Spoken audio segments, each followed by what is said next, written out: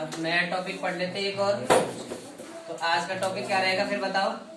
दो परिनालिकाओं का अन्योन्य प्रेरण गुणांक। लेकिन अब परिनालिका हम कैसे लेंगे? एक परिनालिका को दूसरे के अंदर, जैसे एक स्प्रिंग के अंदर हम दूसरी स्प्रिंग डालते हैं, ठीक है ना।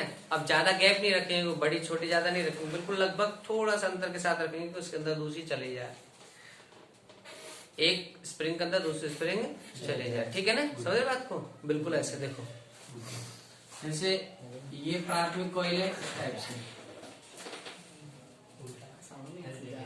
ठीक है ना। ये प्राथमिक कॉइल है, इसमें करंट की वैल्यू जो भी कुछ होगा इसमें चेंज करेंगे। इसमें करंट अगर फ्लो हो रहा है I1 और इसमें फेरों की संख्या है N1 और इसकी लंबाई है L और इसका क्रॉस सेक्शन है वो A। कितना क्रॉस सेक्शन? A है, ठीक है ना। और जैसे फ्लक्स बनेगा वो क्या बनेगा? ∅1। जैसे मैग्नेटिक फील्ड बनेगी वो क्या बनेगी? B1, ठीक है। अब इसी कॉइल में दिख रहा नहीं बेटा, फॉक्स पड़ रहा तो थोड़ा इधर हो जाओ ताकि उसको भी दिख जाए। ठीक है, अब देखो एक कॉइल हो गई, इसको बोलेंगे हम प्राथमिक कुंडली, ठीक है ना। अब इसकी अक्षीय हो गई बेटा, इस कॉइल की अक्षीय, ठीक है ना। अब दूसरी जो कॉइल डालनी है हमें वो भी इसके अंदर ही होनी चाहिए। तो थोड़ा इधर हो जाओ, उसको भी दिखा एडजस्टमेंट नहीं आता।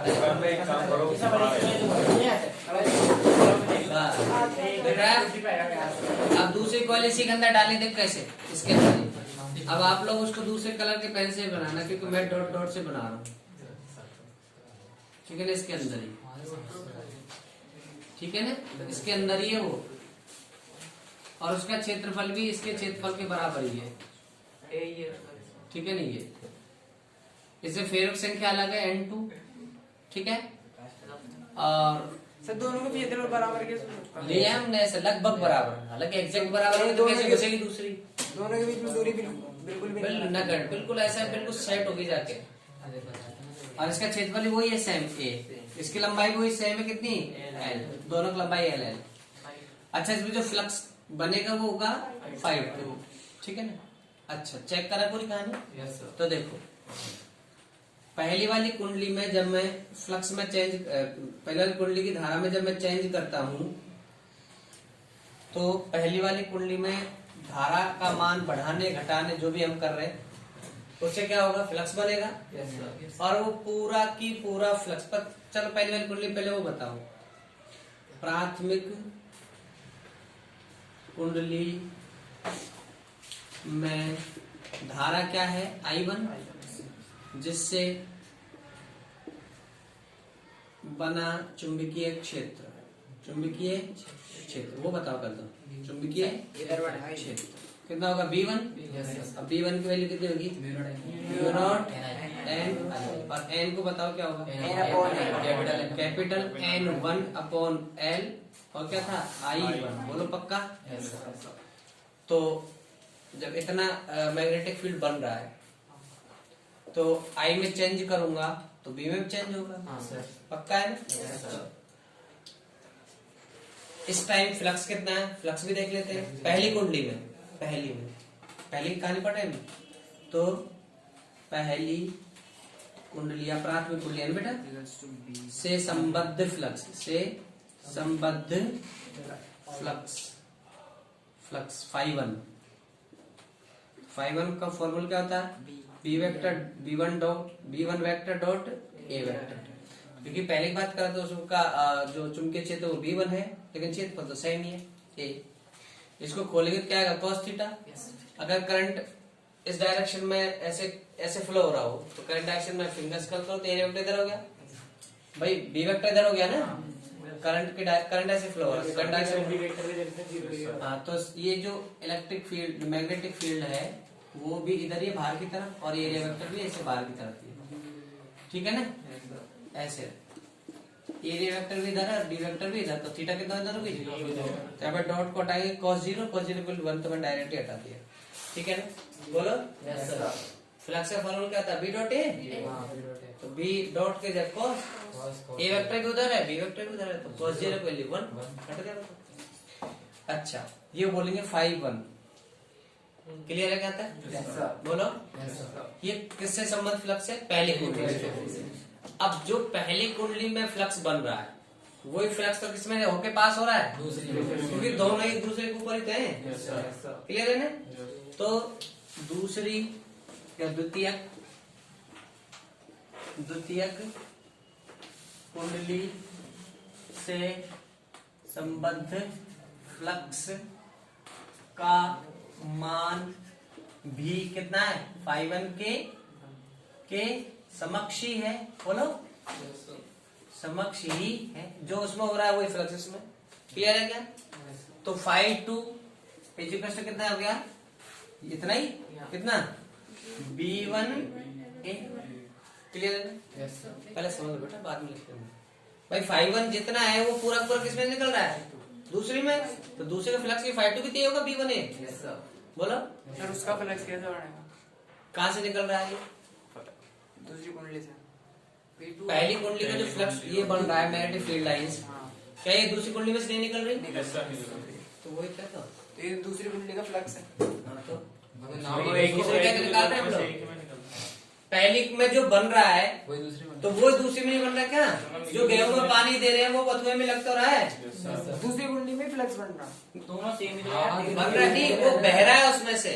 जो पहली से बना है ना, जो पहली से बना है, ये मैग्नेटिक फील्ड लाइन पहली की वजह से बनी थी। दूसरी भी इसी में ही है। तो ये ऐसे पास हो रही है तो वो दूसरी में से भी पास हो रही है लाइन है। अच्छा। जो पहली बना पहली की वजह से, ठीक है ना? किस वजह से? पहली। तो इसी में दूसरी भी तो है जो पहले के साथ हो रहा है। इसके अंदर से जो फ्लक्स बनता हुआ या मैग्नेटिक फील्ड लाइन बन रही है, इसी में दूसरी कोई तो उसमें भी से पास हो रही है। नहीं है? बोलो, नहीं हो रही क्या? तो उसके लिए फ्लक्स निकालो। फ्लक्स का फॉर्मूला क्या होता है? B.A। तो उसके B यही तो है, उसके लिए भी तो B है, अलग से थोड़ी है कुछ। अच्छा, ये अगर एक फेरा है तो इतना निकल रहा है पहली वाली में और दूसरी कॉइल में। दूसरा फेरा होता है तो दो फेरे होते तो दो, तीन फेरे होते तो तीन, चार होते चार। ऐसे फेरे संख्या कितनी है? N2। तो कितना फ्लक्स बाहर निकलेगा? φ2 = N2BA। भाई फेरों की संख्या तो लिखनी पड़ेगी ना। फेरों की संख्या एक होती तो ओनली B1A लिख देता। फेरों की संख्या 2 होती तो 2B1A लिखता। फेरों की संख्या 3 होती तो 3B1A लिखता। 4 होती तो 4B1A लिखता। सर दोनों फेरों की संख्या भी तो बराबर है। अलग अलग ले रहा हूँ ना मैं।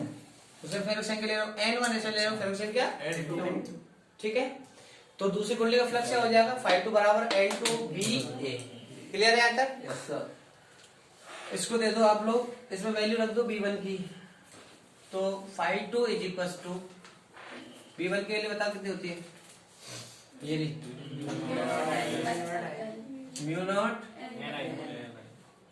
N1 L I1। ये हो गया किसकी वैल्यू? B1 की। और साथ में कौन है? N2। और साथ में क्या है? बोलो, कुछ कटरा पिटरा है? नहीं, थोड़ा सेट कर लो। तो φ2 = हो जाएगा N1 N2 μ0 I1A upon L। इसको दे दे क्वेश्चन नंबर 1 में। एक तो दे थे, ये निकल गया फ्लक्स दूसरे से संबंधित फ्लक्स। बोलो। अच्छा, अब मुझे एक बात बताओ, ये दूसरे का फ्लक्स किस पर डिपेंड कर रहा है? पहली वाले के करंट पर। मतलब परिभाषा, अन्य परिभाषा क्या है? तो दूसरे वाले का फ्लक्स किस पर डिपेंड करेगा? पहले वाले के करंट पर। तो अन्योन्य प्रेरण की परिभाषा से निकालो एक फाई से निकाल दिया। तो अन्य प्रेरण क्या बोलता है? φ2 = I1। अभी तो पढ़ाया है। तो φ2 = MI1। समीकरण नंबर 3। समीकरण 2 और 3 से देखो दोनों से क्या निकल रहा है? φ2 दोनों को इक्वेट कर दो। तो समीकरण 2 व 3 से इधर तो φ2 कौन है? MI1। इधर कौन है? φ2 N1 N2 μ0 I1A upon L। I1 से I1 मर जाएगा, क्या बचेगा? M की value M = N1 N2 μ0 A upon L। ये हो जाएगा इन दोनों कुंडलियों का म्यूचुअल इंडक्टेंस। अब इसको पता आप कैसे लिख सकते हो? इसको लिख सकते हो M21B क्या लिख सकते हो? अभी टाइम लिखो यहाँ पे लिख रहा हूँ मैं M21। बता M21 क्यों लिखा है मैंने? क्योंकि पहले में जो कुछ हो रहा था करंट चेंज जो भी करंट फ्लो हो रहा था उसमें की वजह से दूसरे में भी फ्लक्स चेंज हो रहा था, तो हमने पहले परिवर्तन के कारण निकाला है, ठीक है ना। तो दोनों एक साथ है, पहले में धारा वारा बदली, धारा फ्लो करवाई, तो दूसरे में फ्लक्स चेंज हो रहा था, इसलिए हम इसको लिखा है M21। अगर मैं M12 निकालना चाहूँ, M12 वैल्यू तो वही आएगी। अब क्या करना, करंट से फ्लो करवा देना करंट, तो उसी इसका जो मैग्नेटिक फील्ड बनेगा वो V2 बोल देना। V2 वैल्यू हो जाएगी म्यू नॉट N2L/I2, बोलो। फिर वो इसके संबंधी फ्लक्स हो जाएगा φ2 बराबर B2A, ये वैल्यू रखेंगे। अब यही फ्लक्स पहली वाले में से निकल रहा होगा, तो यहाँ पे लिखोगे φ1 हो जाएगा क्या, N1 B2A, φ2 बराबर हो जाएगा mu naught N2 I1 N1 AL, सारा सब कुछ लेने में यही आ जाएगा। तो M21 भी बराबर होगा M12 के भी, सेम होगा, बिल्कुल सेम, बिल्कुल आप लोग निकाल भी सकते हो, ठीक है ना। M21 की वैल्यू भी M12 के बराबर होगी, है ना। आप चेक भी कर सकते हो, बात वही रहेगी। हाँ, अब देखो किस किस पर डिपेंड कर रहा है, देखो जो M की वैल्यू है दोनों के फेरों की संख्या पर, ज्यादा फेरे होंगे ज्यादा M बनेगा। म्यू नॉट माध्यम पर, ठीक है ना। अभी हवा है तो म्यू नॉट की वैल्यू हवा के लिए, अगर इसी में कोई मीडियम डाल दूं मैं बीच में, और सुन लो इधर देख लो, चुंबकीय पारगम्यता ये इधर देख लो हवा की, अगर इन्हीं कॉइल के बीच में ये ऊपर वाली कॉइल है और ये नीचे वाली कॉइल है, ठीक है ना। जब हवा है तो ये फॉर्मूला है, जिसमें कोई मीडियम डाल दूं मैं, कोई फेरो सब्सटेंस डाल दूं इसके अंदर, कच्चा लोहा वगैरह डाल दूं कोई भी, तो इसी में म्यू आर और जुड़ जाएगा। तो फिर उस टाइम एम का फॉर्मूला क्या बनेगा माध्यम के लिए, N2 mu naught N1 N2 mu naught और म्यू आर और जुड़ जाएगा, बाकी सब कुछ ऐसे की क्लियर है क्या? तो ये हमारी कहानी हुई किसकी, दो परिनालिकाओं में अन्योन्य प्रेरण गुणा। तो इसकी वैल्यू दोनों में फेरक संख्या, माध्यम और दोनों के क्षेत्रफल, दोनों के जो मैंने हमने बराबर लिए हैं, अभी मैंने बराबर लिए, तो क्षेत्रफल पर और इनकी लंबाई पर डिपेंड करते हैं। क्लियर है, ये हुआ हमारा इसका, ठीक है ना।